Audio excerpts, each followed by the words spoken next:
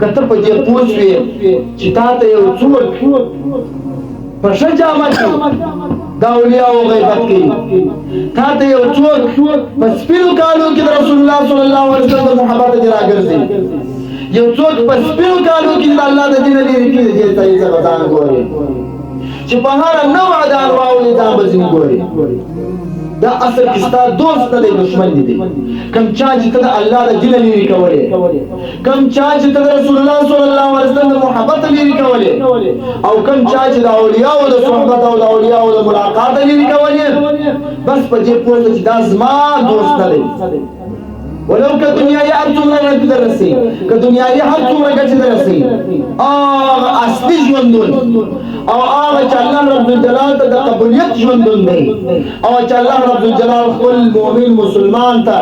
پکړی دی هغه ژوندون چې د دنیا نه د آخرت ژوندون دی هغه یې خرابوي او طبيب حذق خو هغه دی چې تا د آخرت د اور وساتي طبيب حذق خو هغه دی د آخرت د مشکلاتو ته تاسو سوچ وکړئ د دنیا خو پانی ده دا خو تیریږي دا که یو سړی راولاړ شي په تا باندې په کور کې په کلي کې په معاشره کې او د ملګري سره د استاد سره د انډیوال سره هر څومره ظلم په تا وکړي د انډیوال زړه درته ازار کړي د استاد زړه درته ازار کړي د پلار زړه درته ازار کړي په معاشره کې د کلیوالو زړه درته ازار کړي خو دا تیریږي بلکې دا سلا تیریږي چې لاس دې کې ورسته به پر پښیمانه میاش بعد به پر پښیمانه کال بعد به پر پښیمانه کې په دوګور کې پښیمانه نشوي په ورځ د حشرګاه چې د رب العالمین حضور ته ځي خامخا به پښیمانه خامخا به تاوان وي نو دوستي خو هغه دوستي ده ډاکټر خو هغه ډاکټر دی چې تا د هغه ځای د مشکلاتو ساتي چې ته په قبر کې ورسره مخ کېږي ته د حشرګاه پر میدان ورسره مخ کېږي او ته د هغه چا او حضور ته ورځې چې هغه ستا د بخش سوالونه کوي چې رسول الله صلی الله علیه وسلم دی د چا په خبره باندې خطا وځي د چا په نیمه خوله باندې خپل استاد خپل پیر خپل ملګری دا به نه ازارې دا یو وخت تاوان لري دا یو وخت پښیماني لري او هغه وخت چې د تاوان ته متوجه سي پښیماني ته متوجه سي هغه وخت بیا کشکي خپل هغه وخت ځای کول نن فکر وکړه نن ذکر ته سر شواکه په ځان کې فکر وکړه کوم عمل دی چې ما ته زما استاد آزار دی کوم عمل دی چې ما ته زما مرشد آزار دی کوم عمل دی چې ما ته زما په کورو کلی کې ملګری آزار دی او تا کې ملګری آزار دی هر هغه عمل چې په کې ووس په ځان کې انقلاب راوړ ووس دا رب العالمین دین ته تسلیم کړ او کچې دا وخت باندې کیوسو او د دې ملګری زړه آزار پرې شوی حضرت علی کرم الله وجهه ته فرمایي جراحات السنان لها انتقام ولا يلتام ما جرح اللسان یو څوک چې په توپه کوي هغه په جوړ شي خو کله په خوله څوک آزار کوي په ژبه دی یو څوک آزار کوي دا ټپ نه جوړ شي د دې ټاپ تاوان به ورځ د حشرګاه ورکړي کوشش وکړي د چا د مسلمان زړه د ځانه ما آزار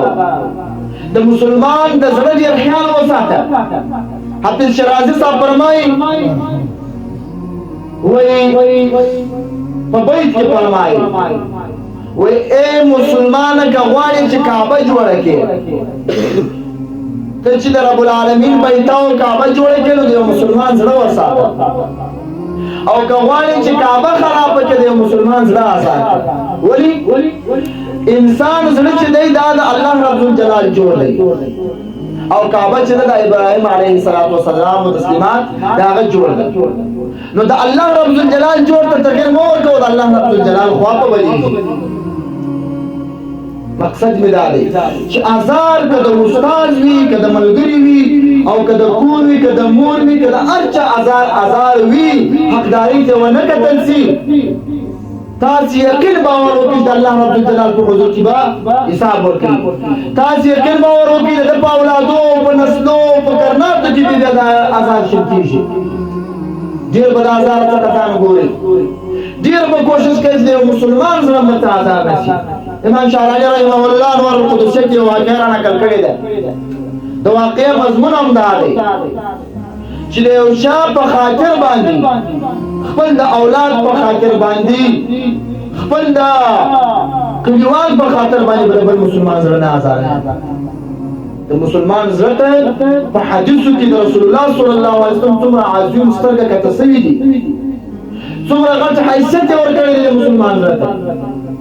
رسول الله صلی الله علیه وسلم فرمایي کچا ماته ضمانت د دوه شانو راکړي یو په جبل او یو په ادبي معاف فرض دی زه به ضمانت د جنت ورکړم که په دا ژبه باندې څوک نه آزار کړي او په دې ژبه باندې یې لغونه نه وکړي او خلکو ته ښکنځل او بهتانونه او مشکلات او درواغ نه وکړي رسول الله صلی الله علیه وسلم د جنت ضمانت ورکړو کوشش وکړي د ازار وساتي او ازار داسې نه دی چې خامخا استاد ازار لري یا شاګرد هم لري داسې نه دی چې یوازې خامخا پلار ازار لري یا اولاد هم لري انزل الناس منازلهم د انچا خپل پر منزله باندې ازار متوجه کیږي اللهم هل بلغت وما عليه البلاغ المبين